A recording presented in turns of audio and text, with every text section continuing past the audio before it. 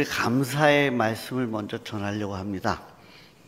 진짜 사흘 동안 이렇게 와서 귀한 말씀에 여러분들이 정말 반응해 주시고 또 열심으로 와주신 여러분들께 감사를 드립니다. 그리고 우리 이 시찰 우리 임원들 수고해 주시는 너무 정말 수고를 많이 해 주셨어요.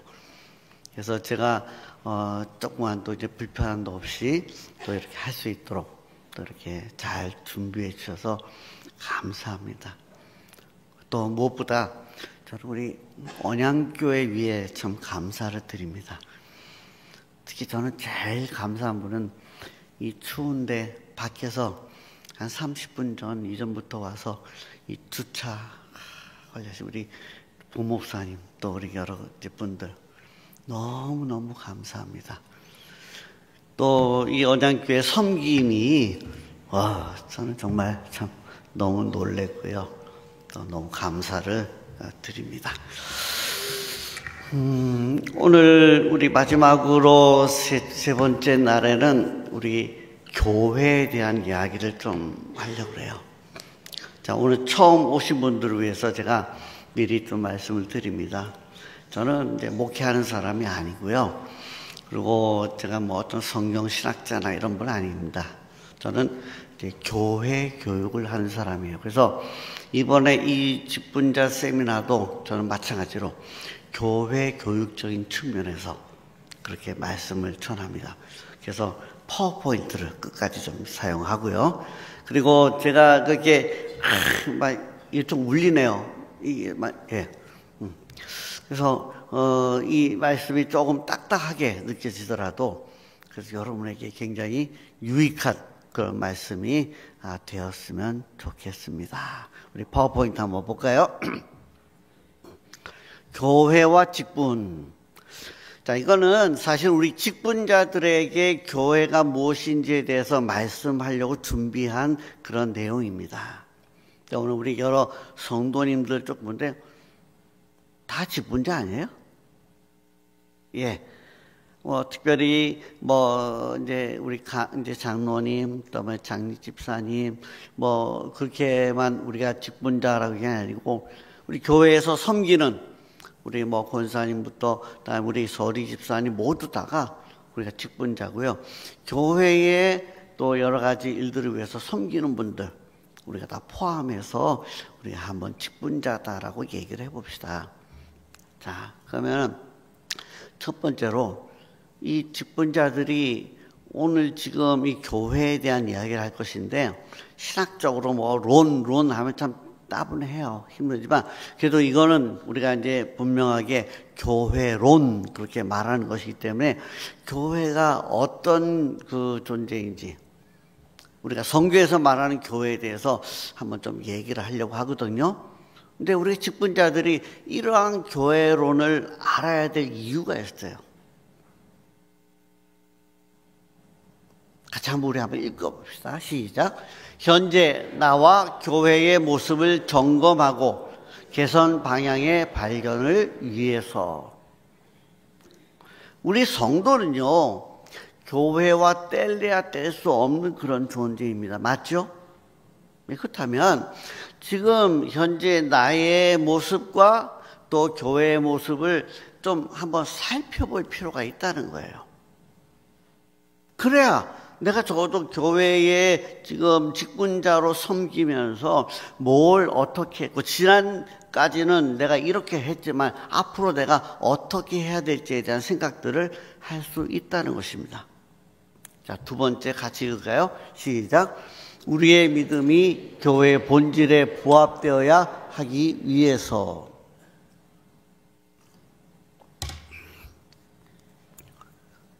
자, 우리 믿음이 교회와 상관없는 것 아니거든요. 소위 무교회주의라고 하는 그런 무교회주의자라고 하는 이 사람들에게 있어서는 여러 가지 많은 문제점들이 있다는 거 우리가 알아요. 근데 우리는 철저히 교회 중심의 그런 신앙의 생활을 하고 있다라고 하는 거예요. 그래서 적어도 교회가 무엇이고 하나님이 왜 교회를 세워주셨는지에 대해서 알아야 우리가 교회의 직분자로서의 모습을 갖추어 갈 수 있다라고 하는 거예요. 세 번째 같이 읽을까요? 시작. 세상 속에서 교회의 존재 목적인 영혼 구원과 사회 변혁을 하나님의 나라라는 관점에서 볼 수 있기에.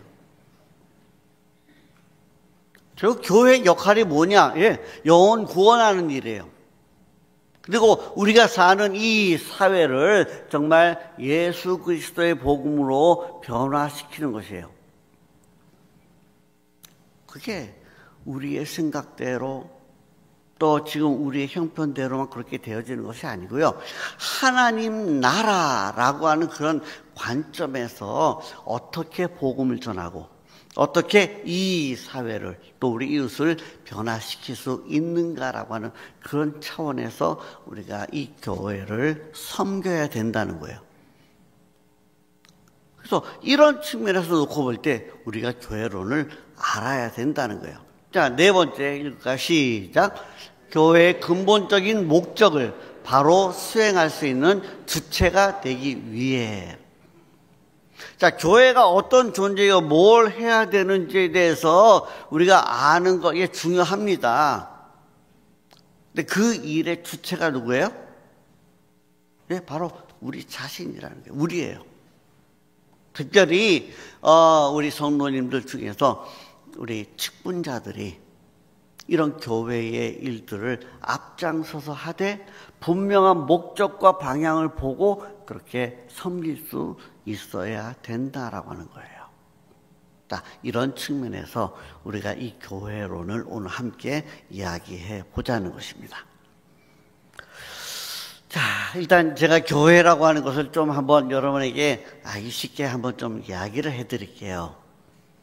자, 교회같이 보이죠? 네, 교회같이 보입니다. 자, 교회가 무엇인가? 우리 거기 교회의 정의를 같이 한번 좀 읽을까요? 시작.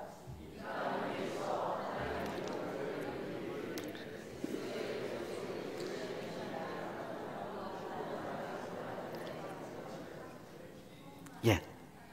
제가 이것을 안 보고 다음에 요 뒤를 보면은 저 뒤에 있는 모니터가 잘 안 보여요. 글씨는 잘 안 보여요. 지금 제 탓입니다. 이게 뭐가 잘못됐다는 거 아니고 제가 이제 잘 안 보여서. 그래서 아까 오전에 강사 목사님도 자꾸 이제 뒤를 보면서 그렇게 했잖아요. 예, 바로 그 이유입니다. 자, 본명은 뭐냐면 교회라고 하는 정의를 우리가 한번 좀 생각해 보자는 거죠. 자, 이 땅 위에서 하나님의 목적을 이루기 위해서 구속받은 성도들이 우리가 모여 있는 거, 모이는 이 모임을 우리가 교회다라고 얘기를 해요. 좀 더 구체적으로 한번 얘기를 할게요. 교회 밖에서 안으로 들어온 사람들을 우리가 뭐라고 해요? 그리스도인. 자, 이 그리스도인인데 이 그리스도인은 처음부터 오자마자 온전한 그리스도인의 모습이 되어지는 건 아니에요. 자, 그래서 우리가 점점 이 교회 생활을 통해서 예배하고 성경 공부하고 또 교회의 여러 가지 생활들 하면서 뭐예요? 우리의 믿음이 성장한다는 것이죠. 자, 성장해서 어디까지? 뭐 하려고? 예, 하나님의 목적을 이 땅 위에서 교회를 통해서 이루어내기 위해서입니다. 자, 그러니까 여기 지금 제가 결혼 안 했지만은 교회 안에는 여러 단계의 또 여러 모습의 신앙을 가진 분들이 있다는 거예요. 오자마자 처음부터 나는 하나님의 목적을 위해서 살기, 이거 잘 안 되는 거죠. 처음에는 자기 신앙을 이제 만들어가는 사람, 이제 스스로 이제 교회 생활을 하고 믿음의 어떤 생활을 할 수 있는 사람, 그 다음에 이제는 다른 사람을 섬기고 교회를 섬기고 이런 사람, 더 나아가서 뭐예요? 헌신적으로 내 몸과 마음을 하나님 앞에 다 드려서 또 내 삶을 드려서 하나님의 교회를 또 하나님의 목적을 이루어내는 사람. 그래서 여러 믿음의 단계를 우리가 굳이 말한다면 그렇게 말할 수 있다라고 하는 거예요. 자, 그래서 우리가 지금 이 교회에 대한 어떤 이 이야기를 하면서 우리 중요하게 생각해야 될 부분들은, 교회에 오는 모든 사람들은 나 혼자 구원받고 끝나는 거 아니고요. 내가 교회에 와서 그냥 나 혼자서 그냥 뭐 우리끼리만 예배하고 뭐 하는 거 아니고요. 뭔가 우리는 하나님의 목적을 이루어내는 그 일을 향해서, 그 목표를 향해서 우리가 끊임없이 달려가는 이 모습이 우리 그리스도인의 모습이다라고 그렇게 얘기하는 거예요. 자, 그래서 교회는, 같이 읽을까요? 시작. 교회는 성도의 정체성과 믿음의 성장을 확립하는 곳이다.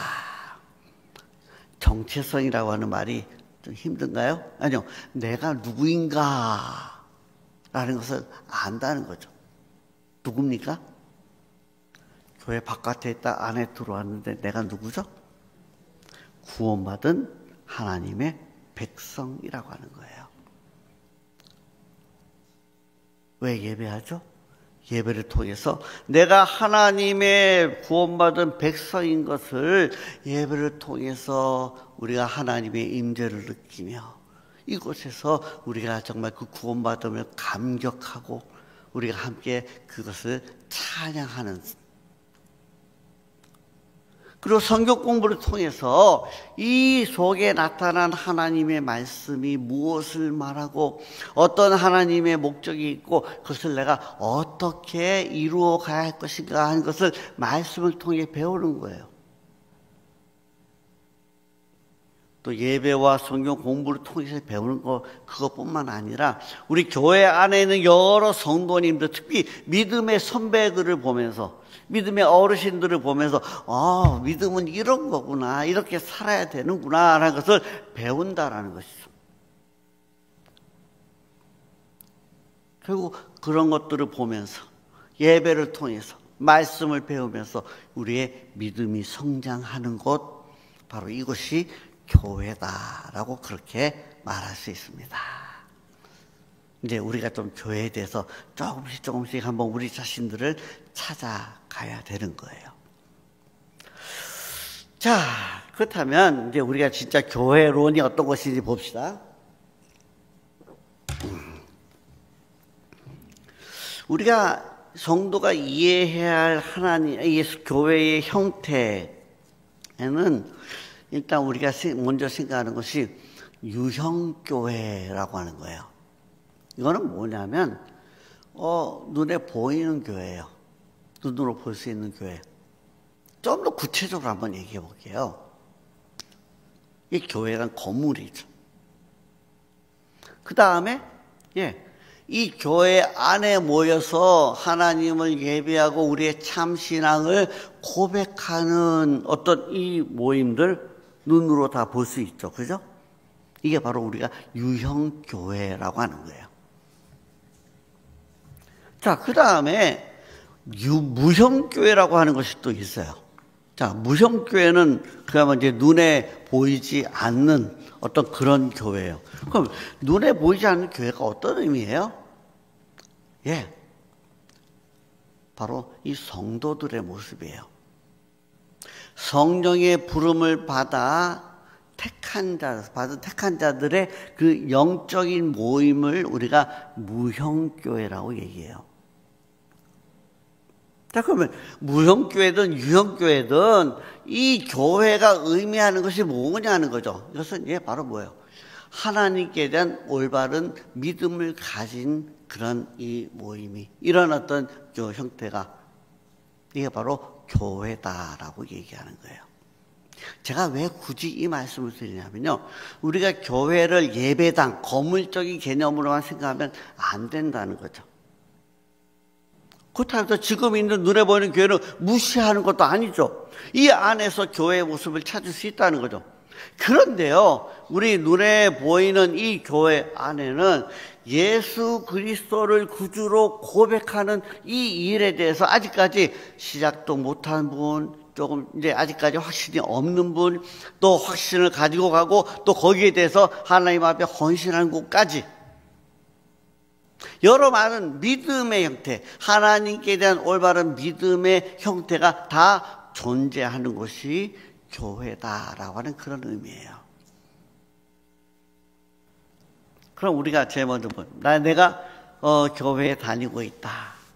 나는 이제 하나님의 자녀다라고 할 때에 나는 이 올바른 참 믿음을 고백하고 있는 성도인가라고 하는 것을 우리가 분명히 생각해야 돼요.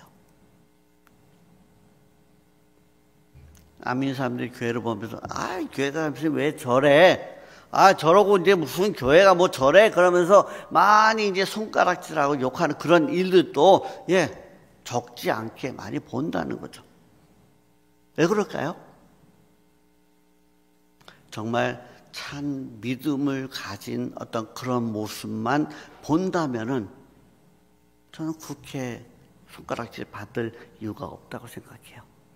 그렇지 않는 부분이 있다. 그래서 내가 교회에 다니는 성도다, 하나님의 백성이다라고 하는 그 의미를 올바른 믿음이라고 하는 것하고 분명하게 그렇게 연결 지을 수 있어야 됩니다. 자, 그 다음에 우리가 이제 이런 교회로는 놓고 볼 때에 교회 성장이라고 하는 이 개념을 우리가 분명히 좀 알아야 돼요.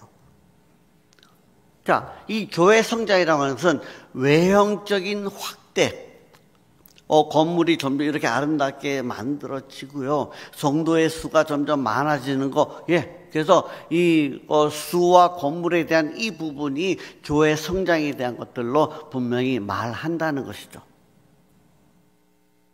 근데 문제는 이것만 교회 성장이라고 얘기하면 안 된다라는 거예요. 오늘 교회로는 배우는 가장 중요한 목적 중에 하나가 바로 이거예요. 한국교회 어느 날 교회 크면 성장한 교회, 수가 많으면 성장한 교회, 맞아요. 틀린 얘기는 아니에요. 그러나 그것만 가지고 우리 교회가 성장했다라고 얘기하는 경우들이 적지 않다는 거죠. 자, 그래서 교회 성장은 여기에다가 뭐예요? 우리의 믿음이 성장되어지는 것, 내적인 믿음이 성장되어지는 것까지 포함해서 교회 성장을 말해야 된다는 거예요. 나 큰 교회 다닌다? 나 성도가 많은 그 교회 다닌다? 그러면 이 사람은 믿음이 좋은 사람입니까? 그렇지 않다는 거죠. 조그만 개척교회인데요. 우리 목사님이 얼마 안 된 우리 성도님들과 함께 열심히 믿음 생활하는 거예요. 근데 그 믿음이 정말 점점 갈수록 성장하고 점점 믿음의 행위들이 더 밖으로 나타나고 지역사회에 영향을 미치고 내가 저 사람 보면 저 사람 때문에 난 교회 나가고 싶어라고 얘기하는 사람이 그 교회에 한 명이라도 있으면요, 그 믿음이 성장된 그 한 사람 때문에 그 교회는 점점 성장해 갈 수 있다라고 하는 거죠.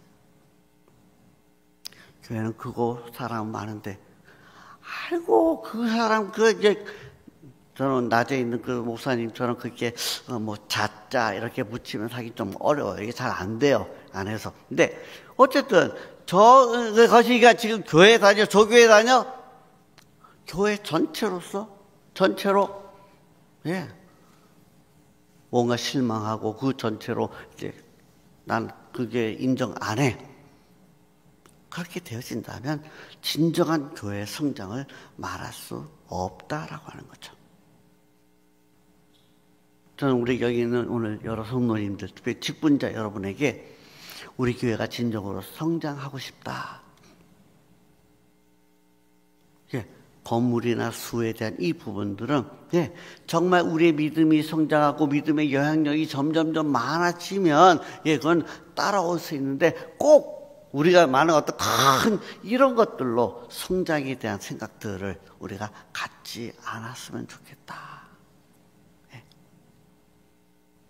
그래서 우리가 교회 성장에 대한 이 개념을 좀 정확하게 알고 갔으면 좋겠습니다. 자, 우리 같이 한번 좀 읽어볼까요? 사도행전. 자, 시작. 그들이 사도의 가르침을 받아 서로 교제하고 떡을 떼며 오로지 기도하기를 힘쓰니라 라고 얘기해요. 저는 이제 오늘 이 유기체로서의 교회 또는 조직체로서의 교회라는 것을 설명을 좀 하고 싶어요. 자, 여기서 이 교회의 이 모습 속에서 사도의 가르침이라고 하는 그 의미가 뭘까요?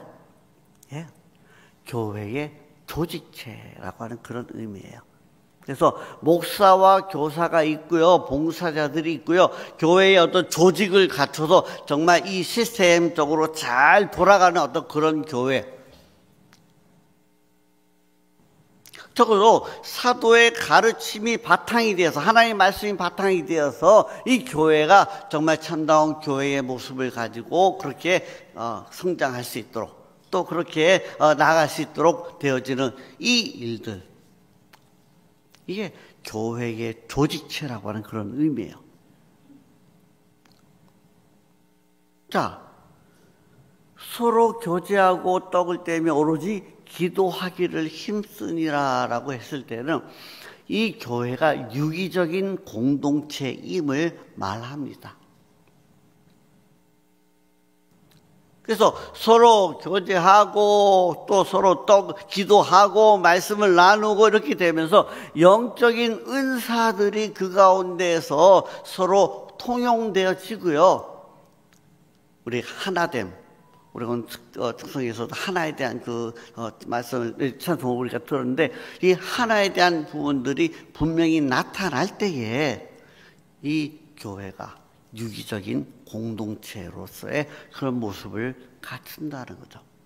이거 다시 얘기하면 오늘날 우리 교회는요, 이런 조직적인 부분도 분명히 갖추고 있어야 돼요. 그래야 교회다운 모습을 갖출 수가 있다는 거죠.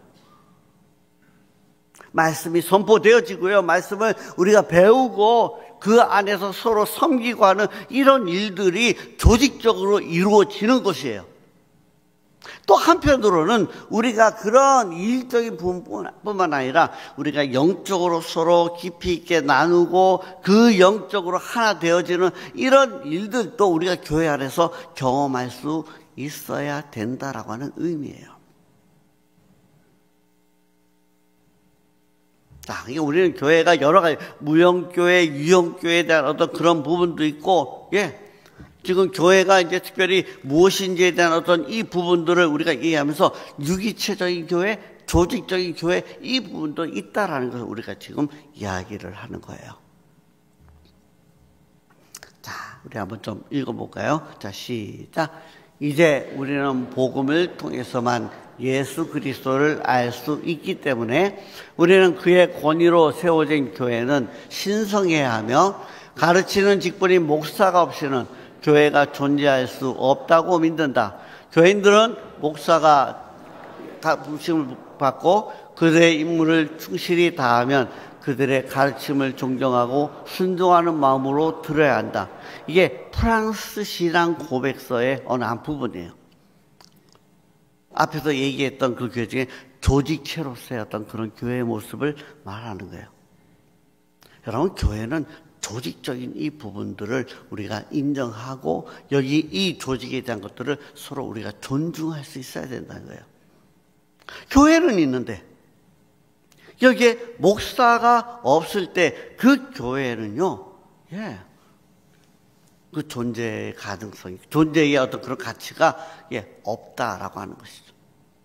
제가 이제 그 선교에 대한 여러 가지 생각들을 하고 또 이제 거기에 대해서 좀 많이 안타까워하는 것 중에 하나가, 제가 누구를 지칭하거나 어느 뭐 단체를 지칭하는 건 아닙니다. 어느 아프리카의 어느 나라에 작년하고 재작년 동안에 교회를 몇 개 전에 1000개를 넘게 졌어요. 어느 선교 단체가. 별로 놀라지는 않네요. 그 1000개, 몰라요. 1000개. 10, 100, 1000, 아시죠? 다시 얘기할게요. 한번 어떤 일이 반응하고. 1년 동안에, 1년, 2년 동안에 교회를 1000개 넘게 지었습니다. 오, 예, 예. 제가 그 얘기를 듣고 저도 참 기쁘더라고요. 근데 저는 그래도 이 교회 교육을 하는 사람인데, 그래서 한번 목사님께 물었습니다. 자, 그러면 그 1000개의 교회가 있어서 정말 수고를 많이 하셨고, 한국교회가 정말 많은 헌금을 통해서 또 선교의 어떤 그런 이 마인드를 가지고 정말 그렇게 이런 놀라운 결과가 있게 되었다는 것을 제가 칭찬하고요. 그런데 그 교회에는 목사님들이 다 세워졌습니까? 그리고 그 목사님들의 훈련은, 신학 훈련과 또 목회 훈련은 어떻게 하고 있습니까? 나름대로 그냥 하고요. 거기 선교사님 한 분이 그냥 막 왔다 갔다. 선교사님 한 분이 지금 뭡니까? 로봇입니까? 1000개의 교회를 다니면서 어떻게 다 그렇게 돌봅니까? 1년에 한 번씩 모아서 1000명이 모여갖고, 부분적으로 그렇게 한다 그래도요, 수백 명씩 모여갖고,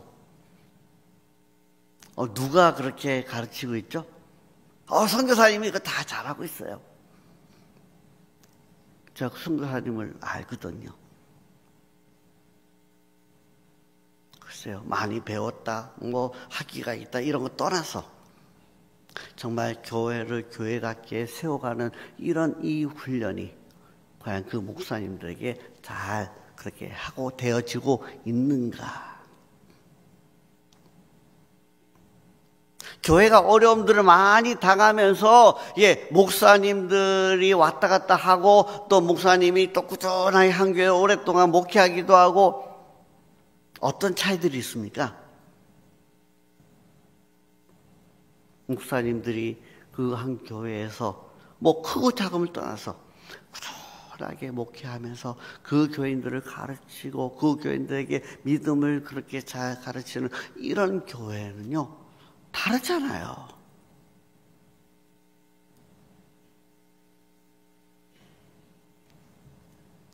제가 다른 그 얘기는 더 지금 좀 심한 말이 날 거가 얘기하지는 않겠습니다. 아무튼 여러분, 교회에 목사가 있다라고 하는 것은 이거는 하나님의 교회를 교회답게 만드는 데 있어서 굉장히 중요한 일입니다. 특별히 우리 직분자들이 이런 목사님의 역할에 대한 이 부분들을 우리가 잘 알아야 되죠.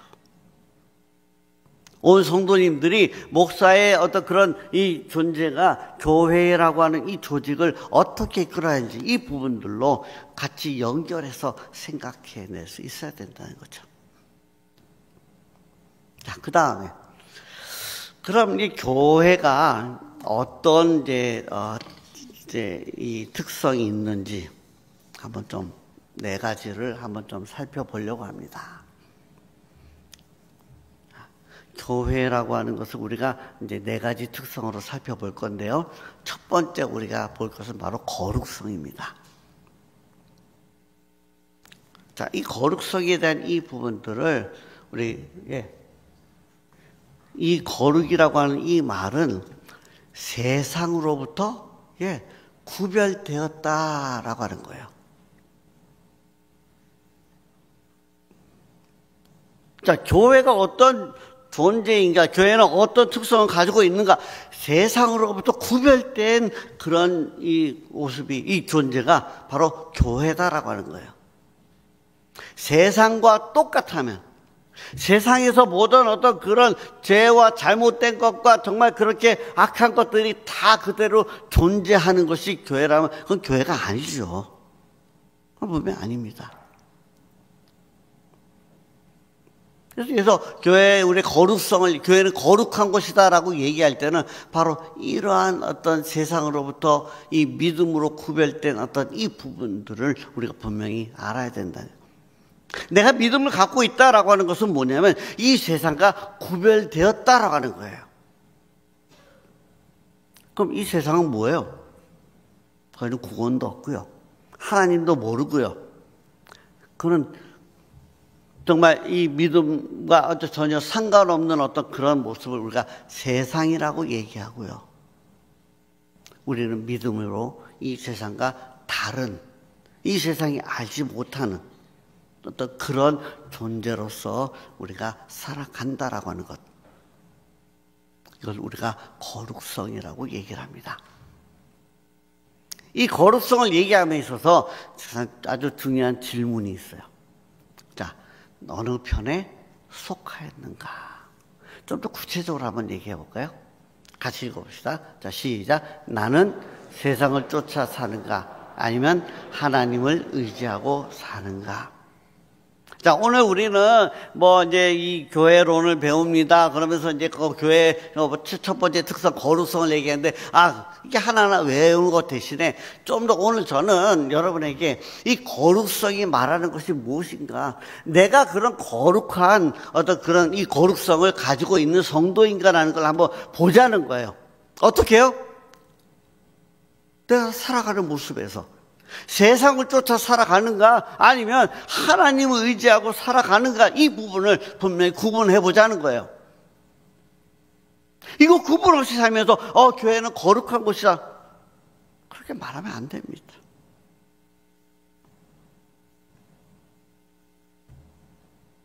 어느 편에 속하였는가, 우리 자신을 분명히 한번 좀 돌아봐야 됩니다. 예, 분명히 교회에 속하였죠. 주일날은. 주일 지나고 다음에 한 주간 이제 월요일부터 토요일까지 쭉 지내면서 우리는 어차피 세상에 살아야 안 됩니까? 지금 그걸 얘기합니까? 그건 아니잖아요. 그래서 거룩성이라고 하는 것은 주일날 예배하는 날, 그래서 내가 예배 드리는 사람이다. 한 주간은 내가 이제 예배 끝나고 월요일부터 토요일까지 이제 그 다음에 내가 이 세상에 산다. 요렇게 우리가 우리의 삶을 얘기합니까? 그건 거룩성이라고 하는 말하고는 달라요.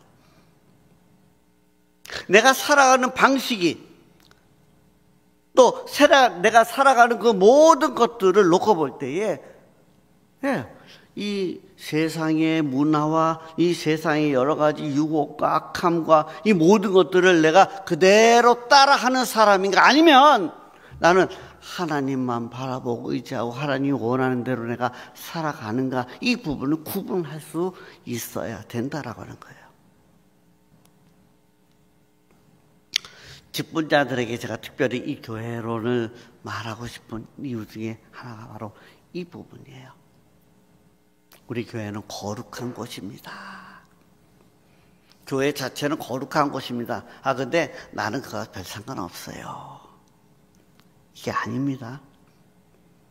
교회는 거룩한 곳인데, 내가 바로 그 거룩한 교회에 속한 사람으로서 나는 몸은 세상에 살더라도 나는 하나님만 의지하고 하나님만 믿고 살아갑니다. 이것을 분명히 할 수 있어야 된다는 것입니다. 아멘. 두 번째요, 우리가 지금 교회의 속성에 대한 것들, 특성에 대해서 얘기를 하면서 바로 보편성이라고 하는 거예요. 자, 모든 시대, 장소, 사람에게 존재하는 교회예요. 자, 보편적이라는 것은 두루두루 다 퍼져 있다는 거죠. 장소적인 의미만을 얘기하는 것은 아니고요. 시대를 거슬러 이 교회가 하나님이 창조하시고 그 이후부터, 특별히 이제는 구체적으로 신약 시대에 이제 교회가 세워졌을 때에 그 교회 그때 그 이후 지금까지 그 시대와 그 모든 장소와 또 우리 개인 한 사람, 모든 사람이 누구는 되고 누구는 안 되고 지금 이 얘기를 하는 거 아니에요. 이 교회는 이렇게 시간과 시대와 장소와 사람들에게 모두 다 존재하는 것이 교회다라는 것이 바로 보편성이에요. 그래서 우리가 하나 질문해야 될 것이 뭡니까? 그러면 교회에 나오는 조건과 자격은 필요한가? 어떤 자격과 조건이 필요할까? 돈이 많아야 됩니까? 지식이 많아야 됩니까?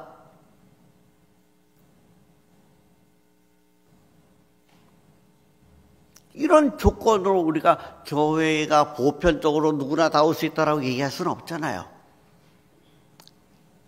제가 직접 본 교회, 어느 한 교회는요, 어떤 그 할아버지가 지팡이를 짚고 약간 남루한 옷을 입고 교회에 오는데 처음 교회에 오는 거예요. 자, 그러면 그 안내하는 그분들이, 안내하는 우리 직분자들이 어떻게 해야 됩니까?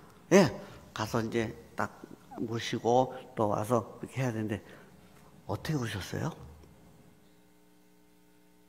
글쎄요, 대놓고 왜 오셨어요? 그 얘기는 뭐 안 했지만, 어떻게 오셨어요?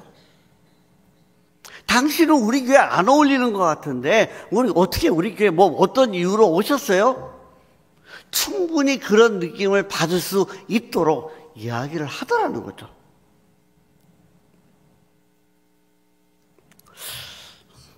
저는 그거는 우리 교회의 보편성하고 거리가 먼 부분들입니다. 자, 우리 교회는 어느 누가 와도 차별 없이 환영하고 어울릴 수 있는가? 우리 자신에게 한번 좀 적용을 해봅시다. 하나님의 교회는 보편적인 교회입니다. 내가 그 보편교회에 다니고 있다는 것은 어느 누가 와도 차별 없이 환영하고 차별 없이 그들과 어울릴 수 있어야 된다는 것인데, 에이, 목사님, 우리 다 그렇게 해요. 뭐 특별히 없어요. 예, 제가 눈으로 봤는데 어쩝니까? 있더라고요.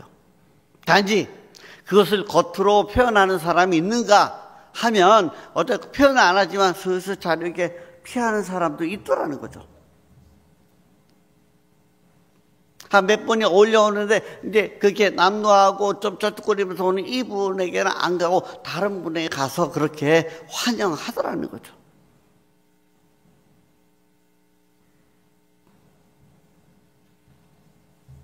저도 우리는 보편적인 교회에 사는 사람들이에요. 그런 직분자들이에요. 누가 와도 우리 그분을 환영하고 그분과 어울려서 하나님의 자녀로서의 어떤 그런 모습들을 교회 안에서 갖추어야 된다라고 하는 거예요. 이게 바로 보편성입니다. 세 번째로 우리가 교회의 속성을 얘기하면서는 이 통일성이라고 하는 것을 말할 수 있어요. 자, 통일성은요, 자, 한 성령으로 세례받아 한 몸을 이루는 교회다라는 것이죠. 자, 여기에는 지금 우리가 하나 되어짐이라고 하는 이 이야기를 하는 데 있어서 그냥 우리가 막 으쌰으쌰 우리가 한번 해보자고 그렇게 하나가 되는 것이 아니고 뭐요?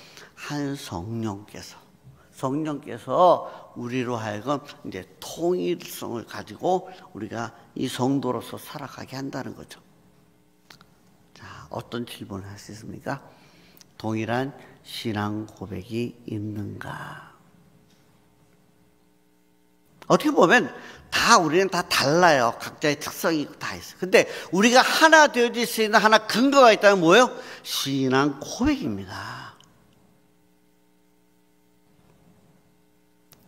왜 교파가 필요합니까? 우리 고신이 왜 필요하고 어디 어떤 더 장로교 감리교 성결교 이런 왜 그런 거 얘기합니까?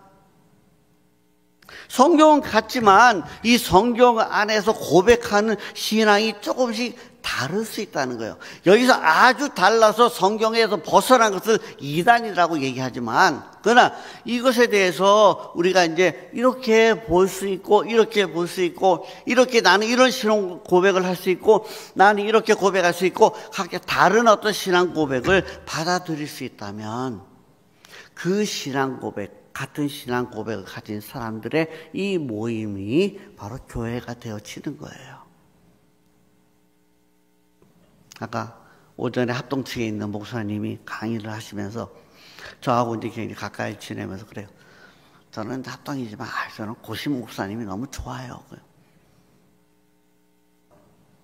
근데 그 말 속에는 뭔가 하면 제가 너무 다 얘기해버렸네. 합동 얘기했죠, 이미. 뭐 못 들은 걸 하십시오. 그래서 어쨌든 그 목사님이 그 교단에서 본 것은 너무나 다르더라는 거죠. 어떤 면이 달라요? 신앙 고백도 다르고 신앙도 다르고 다른 어떤 모습으로 그 믿음을 가지고 살아가더라는 거죠. 때때로 그렇게 안 했으면 좋겠다. 신앙 고백이 아니고요. 그냥 성경에서 벗어난 일들. 뭔가 벗어난 것도 아닌데 아닌 것도 아닌데 막 간들간들하게 이제 막 이런 어떤 모습으로 살아가더라는 거죠. 그런데 우리 고신에 있는 목사님들 보니까 그래도 뭔가 안에 딱 들어와 있는 게 보이더라는 거죠. 그래서 감사합니다. 잘 봐주셔서 감사합니다. 이렇게 인사를 했는데 우리가 어떤 신앙 고백이 있는지 대단히 중요합니다. 자, 특별히 우리에게 적용해야 될 어떤 부분들은 뭐냐면 나는 어떤 신앙 고백을 하고 있는가에 대한 부분이에요. 이래도 좋고 저래도 좋고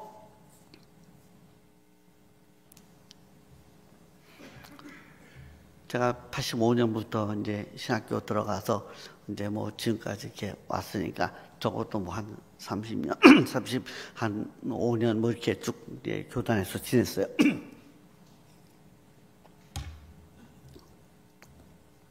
SFC 간사를 한 20년 하면서 그래도 우리 고시인의 어떤 그런 신앙에 대한 부분들을 가르치기도 하고 그렇게 이제 살았어요.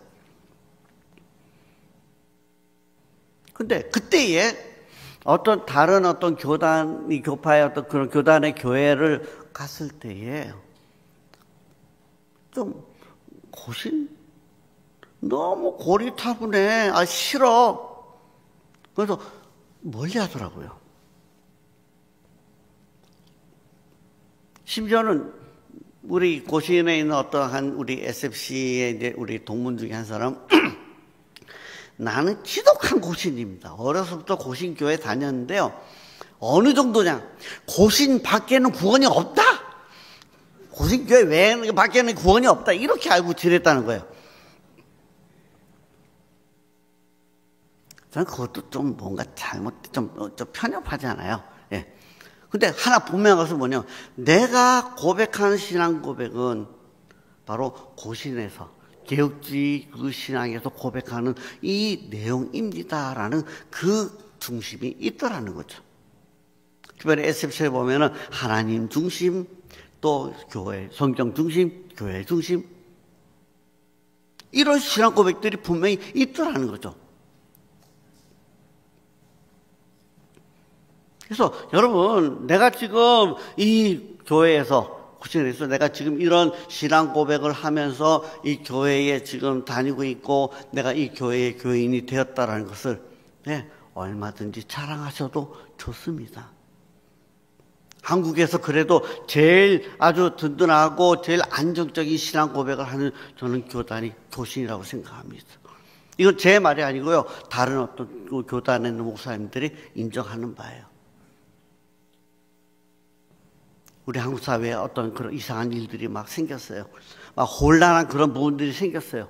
뭐 성경이 뭐 이렇고 저렇고 얘기가 생겼고요. 근데요, 여러 교단의 사람들이 다 모였는데 거기서 이제 우리가 어떻게 할까 하는데 어떤 한 분을 쳐다보라는 거죠. 그분이 무슨 말을 할까? 바로 그분이 고신 총회장이더라는 거죠. 그래도 한국교회는요, 고신이 그래도 이런 신앙 고백을 하고 있고, 이런 말을 하고, 이런 사안에 대해서 이렇게 얘기하고 있더라면, 그래, 그거 맞을 거야. 라고 하는 이런 분들이 적지 않게 있더라는 거죠. 여기 혹시 타 교단 없죠? 예. 저는 뭐 어디 가서 똑같이 얘기합니다. 그래서 여러분 지금 내가 교회의 속성을 얘기하면서 뭐 교파주의, 뭐 교단 이런 거 지금 얘기하는 거 아닙니다. 내가 어떤 신앙 고백을 하고 있는가. 하나님이 기뻐하시고 정말 안정된 그런 믿음을 가지는 이런 어떤 신앙 고백이 있는가라고 하는 이것이 중요한 거예요. 자, 여러분은 어떤 신앙 고백을 합니까? 에이, 그냥 성경 잘 믿고요. 예, 물론 성경 잘 믿죠. 근데 문제는 성경 같은 신앙, 그 성경인데 다르게 고백하는 분들이 있다라고 하는 이것을 놓고 볼 때 우리는 목사님으로부터 그 신앙 고백을 함께 설명을 듣고 그 신앙 고백에 동의했기 때문에 내가 이 교회에 지금 다니고 있다라고 하는 것이죠. 자, 그래서 이 교회의 속성에 대한 이 부분들을 우리가 좀 이해를 잘 하셔야 됩니다. 그 다음에 이제 네 번째는 바로 사도성이라고 하는 부분이에요. 자, 사도들이 받은 그 신앙을 계속 유지하는 교회다. 사도는 또 뭐예요? 자, 사도들의 복음과 가르침이 지속된다. 이 사도들은요, 예수님의 제자들 중에서 예수님의 부활, 죽으심과 부활을 경험하고 또 그것을 우리가 목도하고 예수님의 제자로서 살아갔던 사람들이에요. 이분들은 예수 그리스도가 바로 우리의 죄를 위해서 죽으시고 부활하셨고 그 복음의 어떤 내용들이 분명하게 아주 선명하게 그렇게 나타났는데 이게 바로 사도들의 믿음이었다는 거죠. 그분들의 복음과 또 그들의 가르침이 오늘날에도 지속하고 있는지에 대한 이 부분들이 중요하다라고 하는 거예요. 그래서 우리는 이런 적용을 할 수 있어요. 나는 말씀 안에서 영적 분별력을 가지고 있는가? 다시 얘기하면 성경과 다른 가르침을 가진 교회가 있다 없다? 이게 있다라고 하는 거죠. 2단이든 뭐 3단이든 4단이든 분명히 우리가 고백하는 신앙과 다른 신앙을 가르치고 또 그렇게 고백하는 사람들이 있더라는 거예요. 그래서 오늘날 우리가 정말 예수 그리스도의 그 죽으심과 그 부활하심과 이 복음에 대한 가장 정확한 이 사도의 가르침을 우리가 그대로 가지고 고백하는 사람들, 그대로 가지고 있는 사람들, 이게 하나님의 교회다라고 말할 수 있는 거예요. 결국 그 말씀 안에서 가르침 속에서 내가 정말 올바른 영적인 분별력을 가지고 살아갈 수 있어야 된다는 거죠. 저는 정말 이해가 안 되는 부분이 지금 이제 2단이라고 얘기하는 어떤 뭐 다락방부터 시작해서 그다음에 무슨 정명석 뭐죠 2단 거기에 쫓아가는 사람들이요 되게 똑똑하대요. 우리나라에 정말 S대학 유수한 어떤 그런 대학에 나온 사람들도 있고요. 더 신기한 거는 목사들 중에서도 제가 놀란 거 다락방 수련회 그래갖고 다락방 그 이단에서 이제 뭐 수련회 하고 그다음에 뭐 하는데 거기서 어느 교회 목사님을 봤다는 거예요.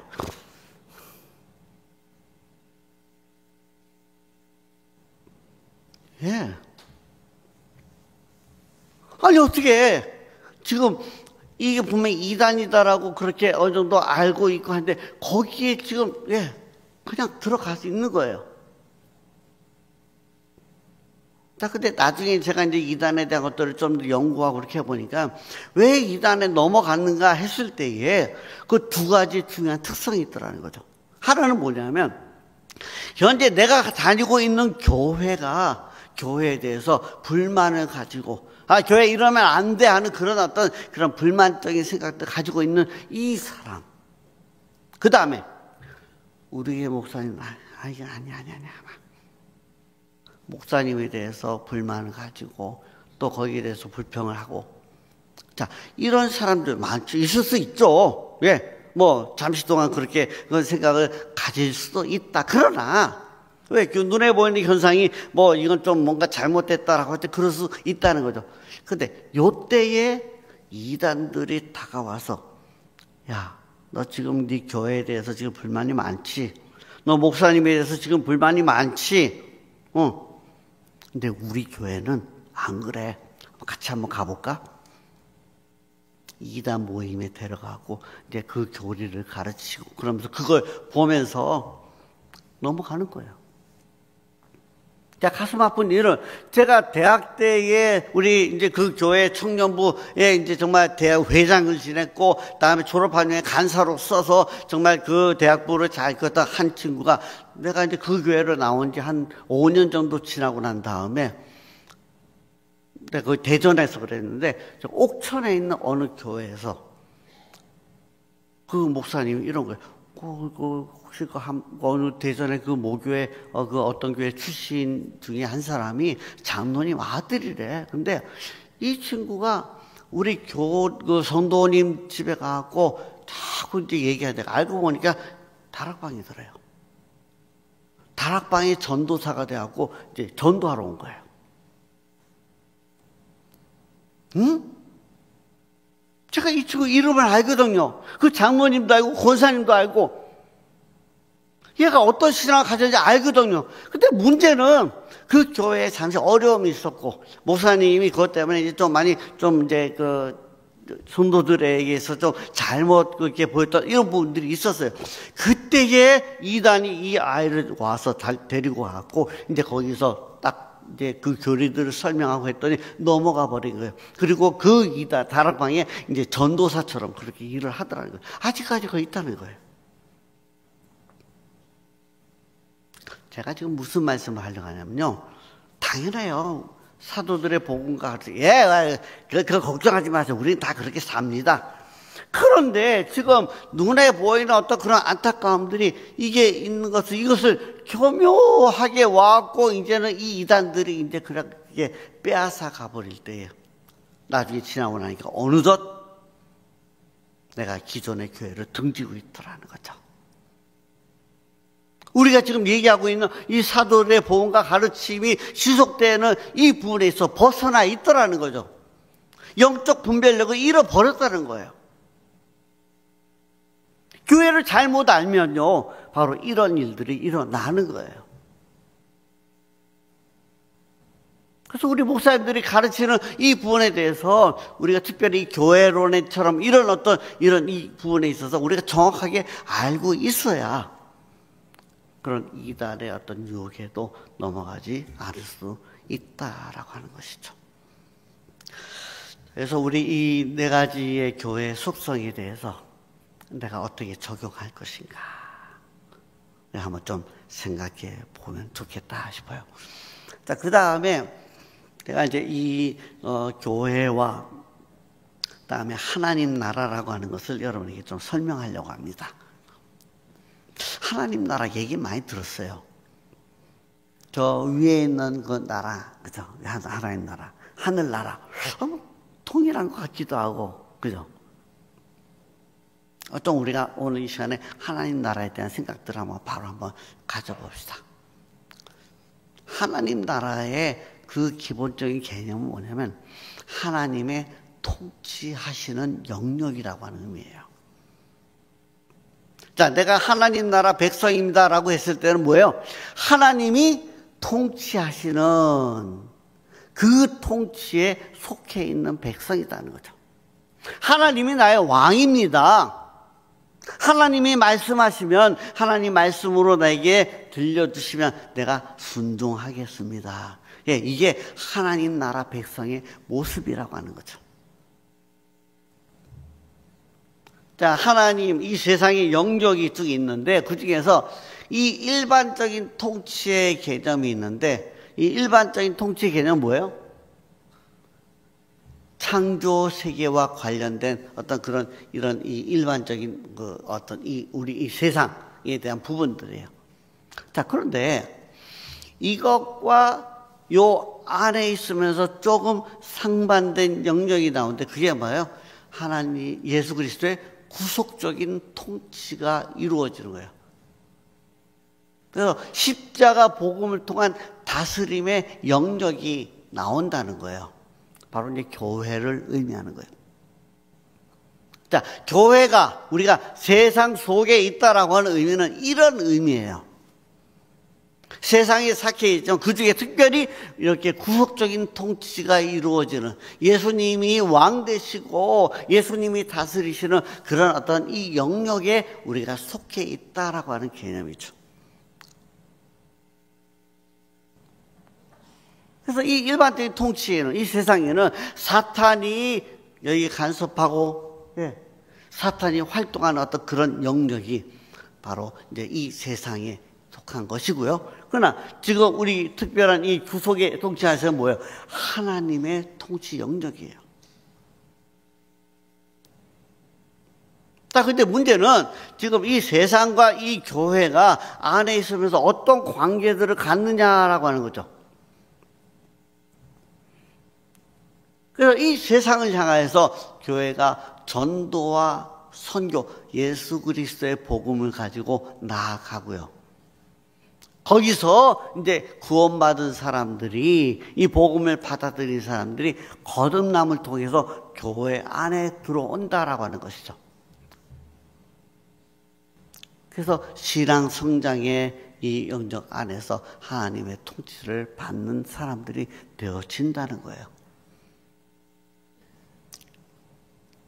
자, 그래서 이 세상 안에서는 특별히 하나님의 이 말씀이 우리를 다스리고 또 그 말씀에 순종하며 살지만, 이 세상 속에는 특별히 하나님의 문화 명령이라고 하는 부분들이 존재하는데요.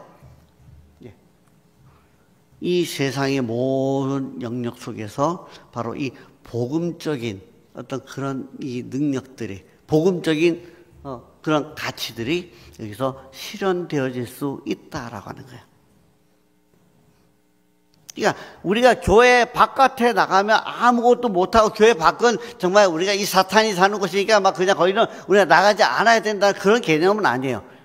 우리 세상 안에서 특별히 믿음으로 구원받은 영역 안에 있지만, 우리 세상을 향해서 끊임없이 복음을 들고 나가고, 이 세상 안에서 하나님의 이 문화를, 예수 그리스도의 문화를 끊임없이 우리가 전하고 거기 나타나고 해서 결국 여기에 바로 이 복음의 가치가 나타나도록 할 수 있다라고 하는 거죠.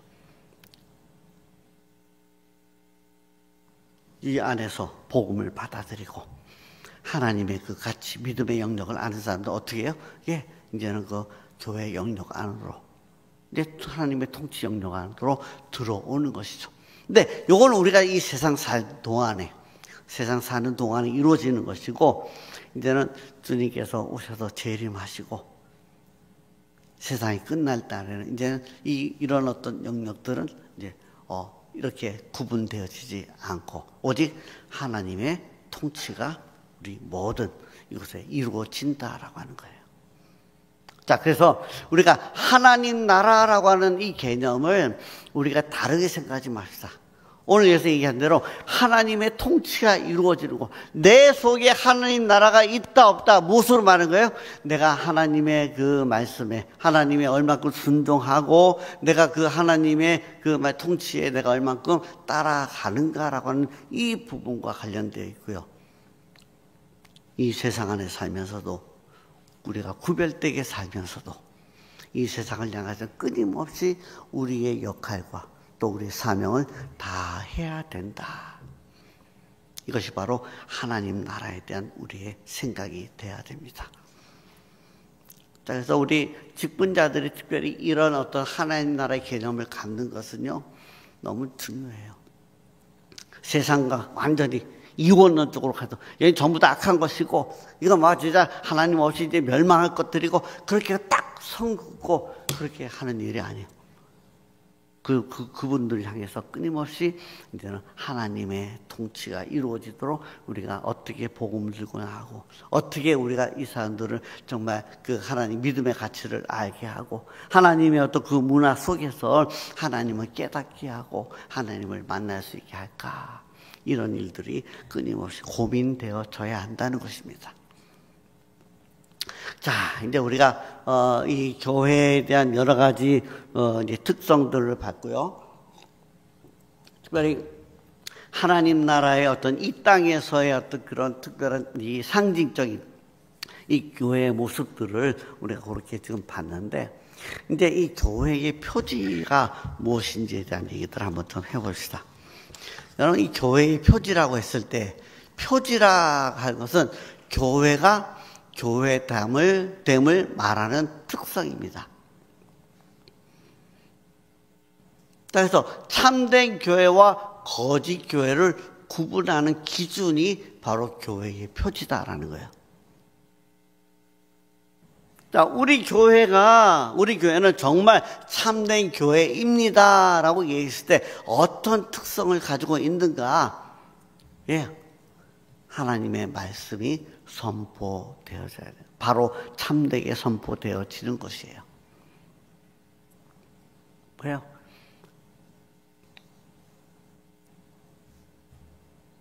하나님 말씀이 통제되어지는, 하나님의 말씀의 통제가 이루어지는 이 일들이 바로 교회의 특성이에요.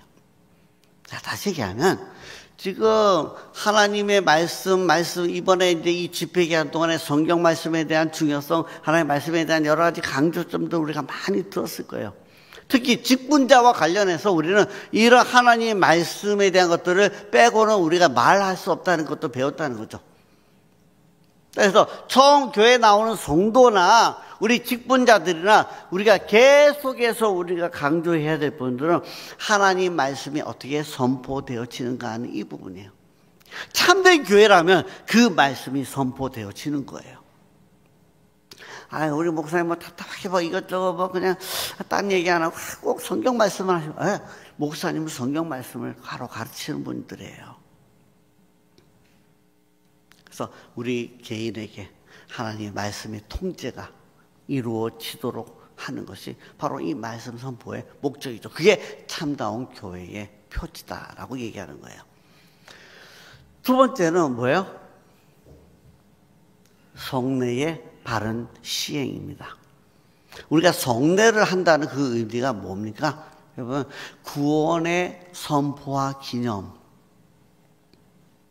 성례는 바로 이제는 내가 예수 그리스도를 구주로 고백합니다라고 하는 이 고백을 이제는 목사님 앞에서 일단 이제 공부를 이제 목사님한테 배워서 이것에 대해서 내가 신앙으로 고백하고 온 성도님들 앞에서 고백하고, 그래서 이걸 공적으로 이제는 이 성례를 통해서 선포하고 나타내는 거예요. 이게 참된 교회의 모습이에요. 그래서 세례가 있는 교회, 어떤 교회는 세례를 주지 않는다면 이건 잘못된 교회예요.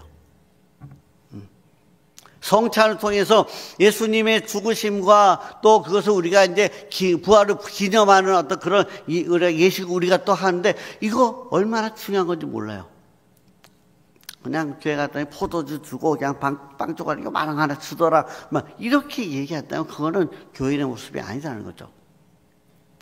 참다운 교회는 바로 이런 성례와 또 세례와 바로 이 성찬의 어떤 이 부분들이 바로 행해져야 된다라고 하는 거예요. 이게 뭐 이게 성찬을 이렇게 너무 많이 해, 성례를 많이 해. 어떤 교회는 한 달에 한 번씩 성찬하는 교회들이 있어요. 그거는 정말 예수님의 어떤 그런 죽으심과 또 부활하심에 대한, 나의 구원에 대한 이 부분들을 우리가 함께 기뻐하고 이것에 대해서 기념하는 어떤 그런 모습, 그게 아름다운 바른 그런 교회의 모습이다라고 이야기하는 것입니다. 자, 세 번째는 뭡니까? 권징의 신실한 시행. 여러분, 권징이 뭔지 알죠? 우리가 말씀에 입에 대었을 때에 교회가 권징을 실시합니다. 목적은 뭐죠? 야, 저 나쁜 놈에 대해 내쫓아, 이게 목적이 아니에요. 자, 권징을 통해서 이분이 죄에 대해서 지금 이렇게 노출되어졌었는데, 그것 때문에 다른 사람들이 다 알게 되었는데, 이 죄에 대한 이 부분들을 회개하고 다시 하나님의 백성의 모습으로, 참다운 모습으로 돌아오게 하는 데에 목적이 있어요. 자, 그래서 죄에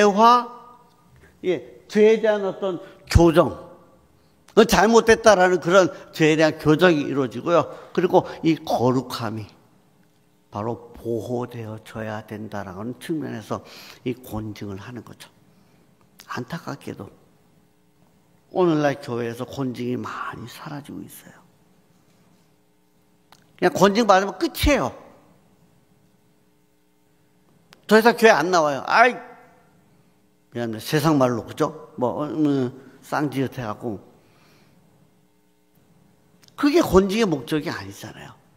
그래서 정말 내가 잘못한 이 부분들이 드러났을 때에 교회가 권징을 행할 때에 겸손하게 그것을 받고, 그다음에 거기에 대해서 이제 회개하고, 그리고 온 성도 앞에서 이 부분들을 받아들이면서 내가 어느 기간 동안에 자숙하고 정말 다시 올바른 성도의 모습으로 돌아오는 일에 힘써야 된다라는 거죠.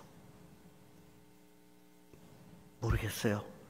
어쩌면 지금 너무 많은 권징을 해야 되기 때문에 교회가 권징을 못하는 건 아닌지 모르겠습니다. 제 마음에 그러지 않았으면 좋겠다. 제가 알고 있는 범위도 얼마 안 됐잖아요. 근데 정말 우리 권징이 바로 행해지고 그 일에 대해서 우리 성도님들이 권징이 있는 거, 교회에 있는 거 이건 참다운 교회의 모습이구나 이렇게 생각할 수 있어야 된다는 것입니다. 교회의 사명과 역할에 대한 것들 우리가 너무 잘 알죠. 하나님의 목적을 이루기 위한 교회 활동에 대한 부분인데 예배가 있고요. 그래서 이 예배가 하나님의 이제 이 교회의 어떤 그런 사명과 역할에 있어서 가장 중심에 있다라는 거. 그래서 뭐예요? 성도의 정체성과 이제 성도의 정체성의 확립과 또 이 정체성을 우리가 유지하는 이 부분에 있어서는 바로 예배가 반드시 있어야 돼요. 그래서 교회가 예배를 포기하는 순간 더 이상 교회가 아니다라는 거죠. 두 번째는 뭐예요? 교육과 양육이에요. 다시 말씀드리면 아까 제가 교회에 대한 얘기하면서 교회에 오면 밖에서 안으로 들어온 그리스도인이 하나님의 목적을 위해서 필요한 것이 뭐예요? 믿음의 성장이에요. 예배만 잘 참석하면 이거 성장이 이루어진 거 아니에요? 몰라요. 전혀 없는 건 아니죠. 그러나 굉장히 느리게 한정적으로 그렇게 성장할 수는 있다는 거죠. 그러나 우리의 믿음이 성장하는 것은 뭐예요? 하나님의 말씀이 내 삶 속에서 받아들여지고 순종할 때에 그래서 이 세상에 대한 많은 가치들이 사라지고 하나님에 대한 가치가 내 속에서 얼만큼 자리하고 있는가 이 부분이 믿음의 성장을 말하는 척도예요.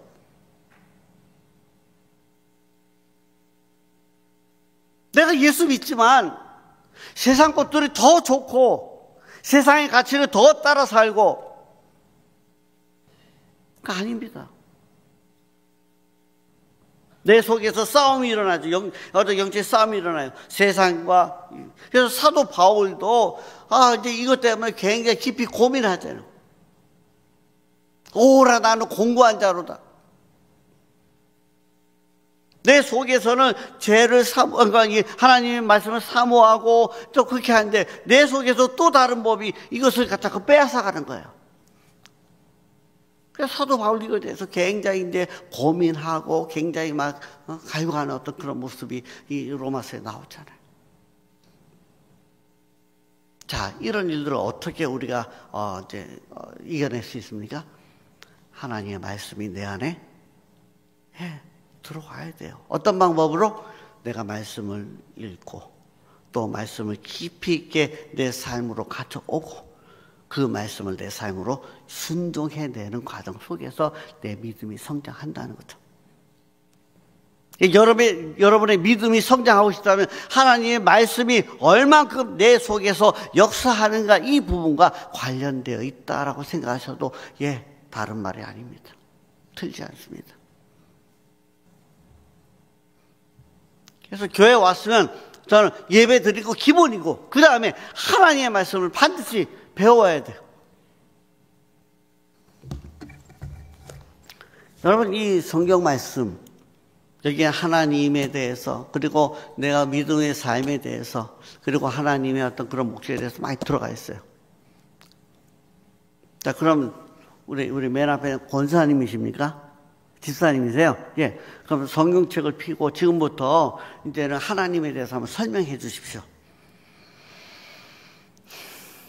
분명히 들어가 있거든요. 근데 어떻게 설명 안 되잖아요.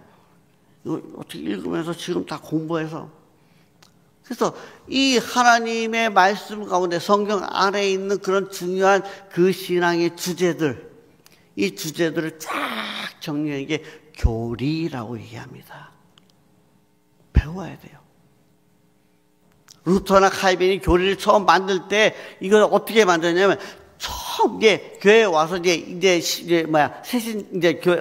다른 데 있다가 이제 교회 안에 들어와서 믿음을 처음 갖게 된 사람들을 위해서 만든 게 교리예요. 다시 얘기하면 하나님에 대해서, 기독교에 대해서 전혀 모르는 사람에게 성경에 있는 가장 중요한 주제들을 설명해 놓은 것이 교리라는 거예요. 기본 교리예요. 배워야 돼요. 그리고 신앙이 점점 더 더해갈수록 그 사람이 어떻게 믿음 안에 살아야 되는가 성경에 있는데 그것을 또 정리해 놓은 교리를 또 우리가 배워야 돼요. 마침내 하나님의 목적을 이루는 그런 아름다운 그런 이 믿음의 자리에 이르려면 어떻게 해야 되는가 성경 말씀에 있는데 그것도 정리해 놓은 교리를 우리가 알아야 돼요. 그래서 여러분 이 하나님의 말씀을 바로 배우는 일에 여러분들이 열심을 내야 돼요. 정독해서 읽고 말씀을 배우고 하는 이런 일들이 중요하다라고 하는 거죠. 그 다음에 세 번 전도와 선교예요. 예수 그리스도의 복음을 가지고 우리가 가서 전파하는 것이죠. 그래서 우리 국내에서 우리가 그 말씀을 가지고 전파하고 이웃에게 우리가 전파하고 우리 개인에게 전파하고 하는 이런 부분들이 전도라면 선교라고 하는 것은 이제는 그 문화권을 넘어서 언어의 문화, 그 다음에 우리 삶의 문화, 이 문화를 넘어서 우리가 복음을 전할 때 선교다라고 얘기를 하거든요. 이 교회의 중요한 사명이고 활동이에요.